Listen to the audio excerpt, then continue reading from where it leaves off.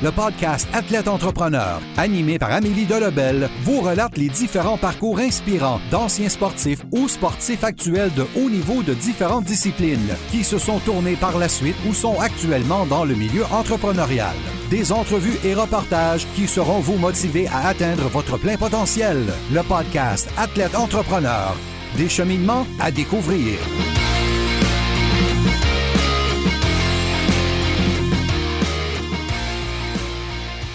Bonjour à tous, ici votre hôtesse Amélie Delebel et je suis très heureuse de vous accueillir sur mon podcast Athlète Entrepreneur pour cet épisode 109 sur À la poursuite de l'excellence avec Allen Sutton de FRRAP, Performance athlétique. Athlète Entrepreneur est un podcast qui a pour but de motiver les athlètes ou anciens athlètes qui souhaitent se lancer en affaires. Avant de vous parler de mon invité du jour, si vous avez déjà un podcast ou vous souhaitez en lancer un, je vous recommande l'hébergeur Blubrry que j'utilise également. Pour obtenir un mois d'essai gratuit sur cette plateforme, simplement allez au ameliedelebel.com/Blubrry, BLUBRRY. Pour cette émission, j'ai le plaisir de discuter avec Allen Sutton, un grand sportif et kinésiologue de formation qui a fondé le Centre de remise en forme FRRAP, Performance athlétique, en 2008 en Mauricie. Depuis ce temps, il a entraîné, développé et accompagné des athlètes de différentes disciplines, dont plusieurs champions. Sans plus attendre, je vous laisse à cette entrevue. Bonne écoute! Alors, je suis actuellement avec mon invité du jour, Allen Sutton. Salut Allen, comment ça va? Salut, ça va bien toi? Merci pour l'invitation. Ça va très bien, merci beaucoup. Mais merci à toi d'avoir accepté.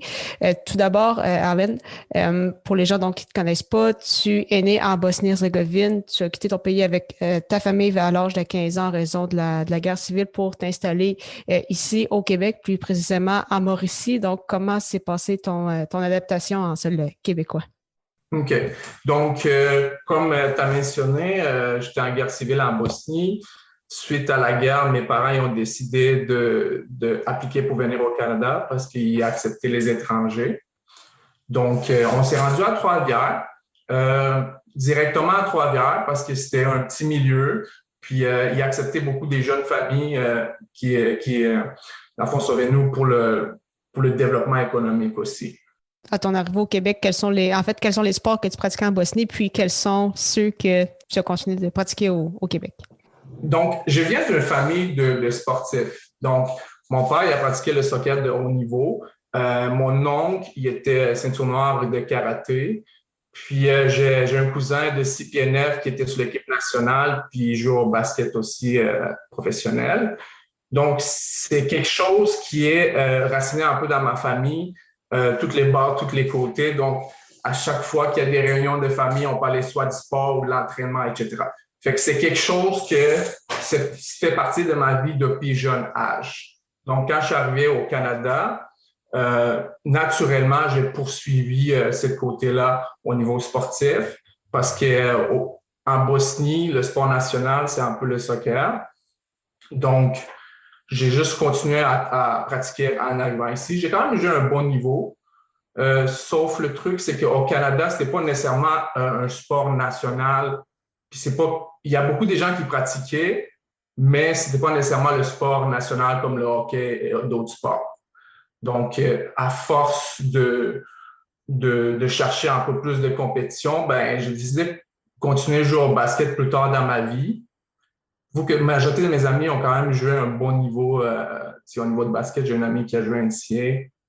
Donc, il était toujours en train de jouer au basket. Fait que si je voulais passer du temps avec eux, ben, il fallait que je transfère au basket. Donc, j'ai continué à jouer au basket, mais je me suis rendu compte rapidement que le sport d'équipe, c'était pas nécessairement pour moi. Parce que j'ai cherché tout le temps un petit plus par moi-même à aller chercher individuellement. Donc, en cherchant vraiment une compétition ultime, donc j'ai tombé sur les arts martiaux mixtes. Donc, ça m'a vraiment passionné.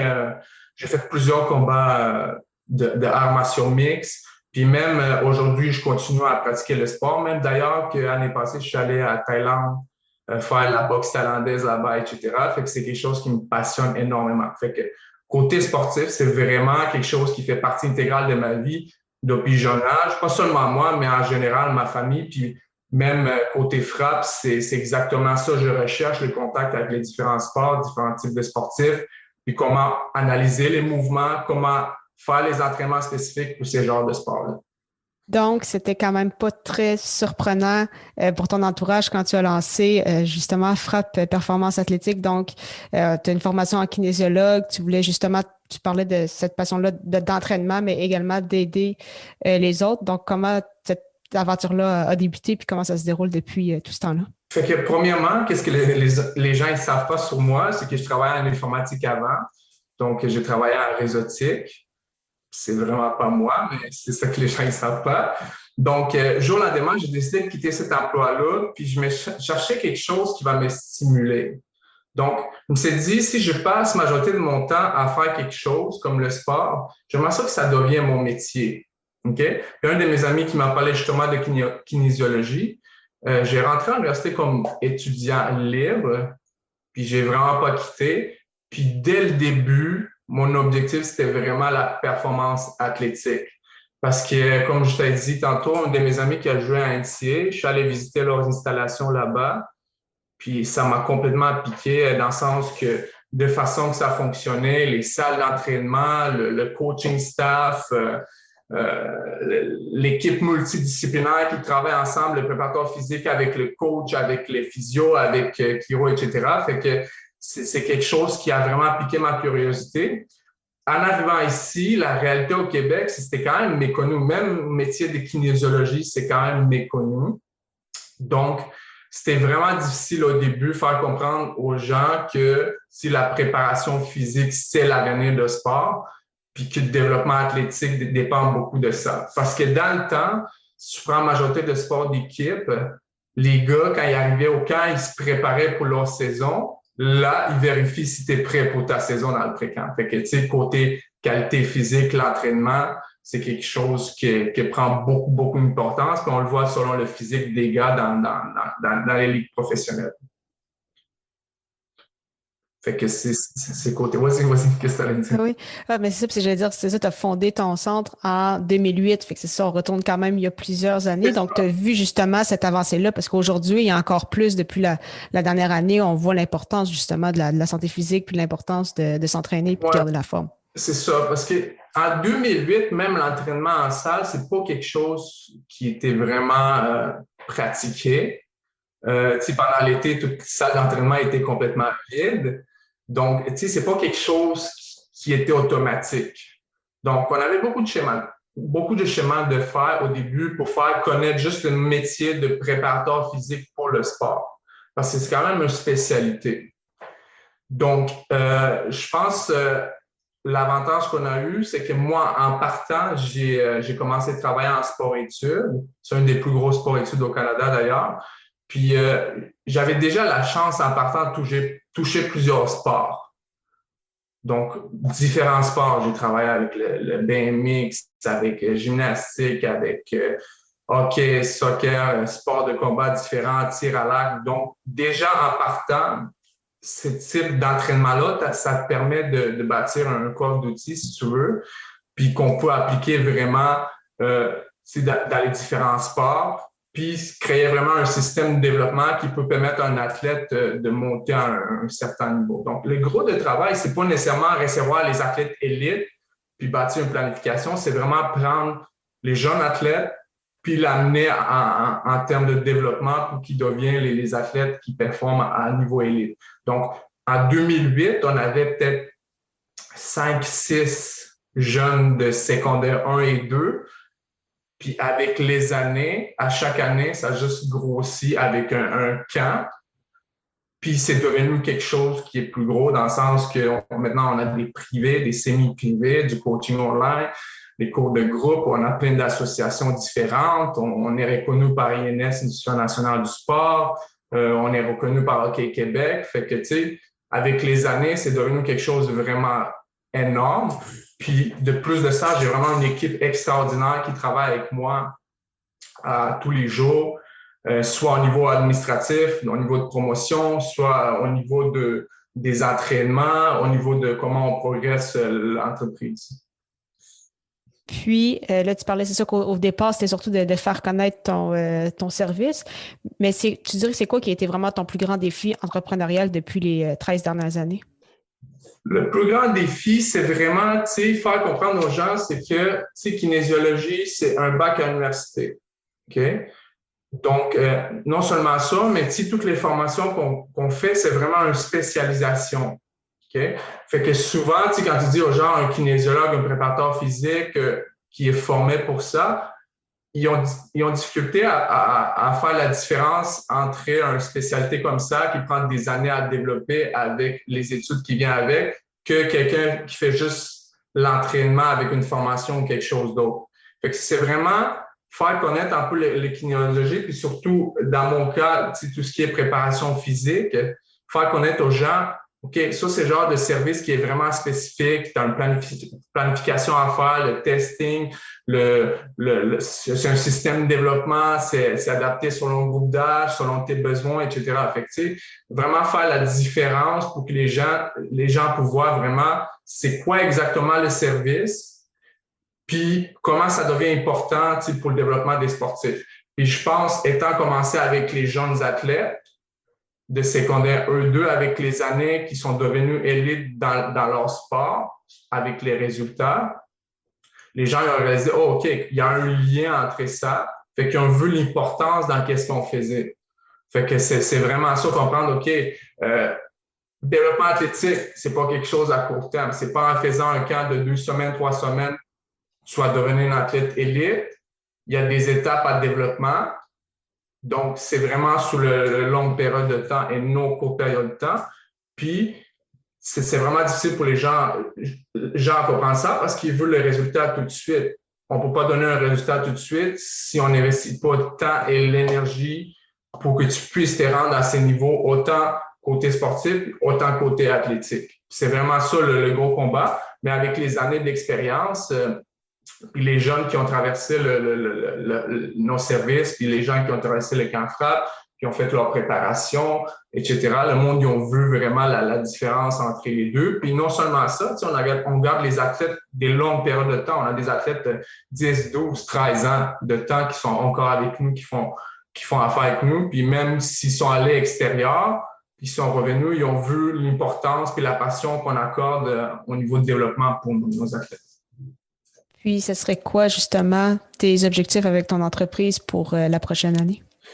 Pour la prochaine année, c'est sûr qu'en ce moment, on a eu un petit virage à cause de COVID. La majorité des gyms, on était en pause un petit peu. Fait que nous autres, on a essayé de trouver de façon innovative comment donner le service efficacement sans que nécessairement que l'athlète soit sur place.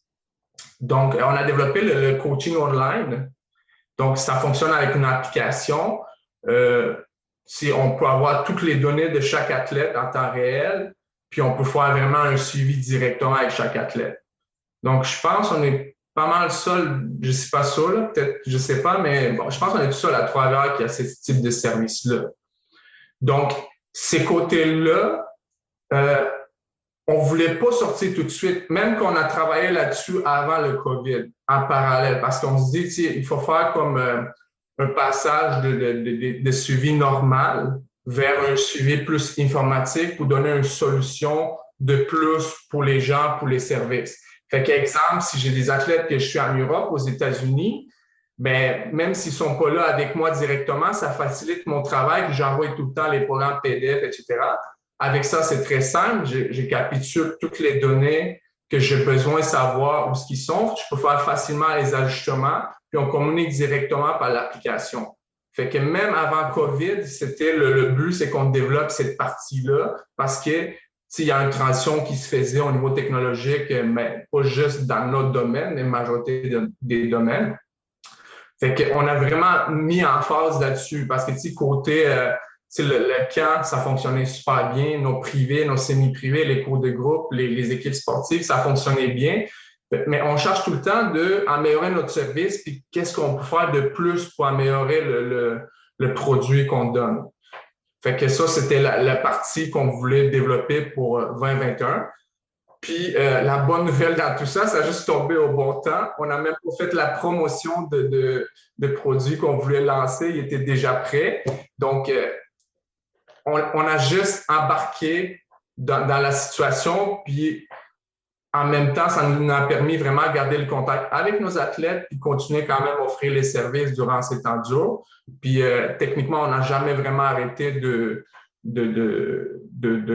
continuer à coacher nos athlètes puis offrir le service. Donc, pour 2021, comme j'ai dit, de côté, quand ça fonctionne super bien, les semi-privés, privés, les équipes sportives, puis c'était ça le parti qu'on voulait développer, mais par la situation donnée, on a juste transféré là-dessus, puis on l'a développé en parallèle durant le COVID, fait que ça va juste incorporer encore plus dans les services à l'ouverture des gyms, etc. Ah, mais c'est génial. Merci beaucoup. Pour terminer cette entrevue, donc, comme je l'avais mentionné, je termine toujours par quelques petites questions en rafale. Et ma première question, c'est quelle est la chose la plus importante que le sport t'a enseigné? Ça sera la discipline, travail d'équipe. C'est appartenance. Pour moi, en fait, une bonne partie de mon intégration au Canada, c'était vraiment grâce au sport. C'est là que j'ai appris le français plus rapidement. C'est là que j'ai fait mes amis que j'ai en ce moment. Puis j'ai toujours gardé. Fait que tout ça, c'est grâce au sport. Quel est ton plus beau souvenir sportif? Plus beau souvenir, c'est vraiment quand j'étais jeune. C'est quelque chose que j'ai changé, comme j'ai dit tantôt, dans ma famille, avec mon père, qui a joué quand même un bon niveau. Puis aller le voir jouer les matchs, puis qu'il me pointe dans les estrades, c'était quelque chose qui a vraiment marqué ma jeunesse. Puis, ma dernière question, c'est quel est ton meilleur conseil pour un athlète ou un ancien athlète qui souhaite se lancer en affaires? C'est de façon que moi, je les vois sincèrement, les athlètes, ils sont déjà disciplinés à base. Fait que ça prend déjà une bonne éthique de travail, ça prend une discipline de vie.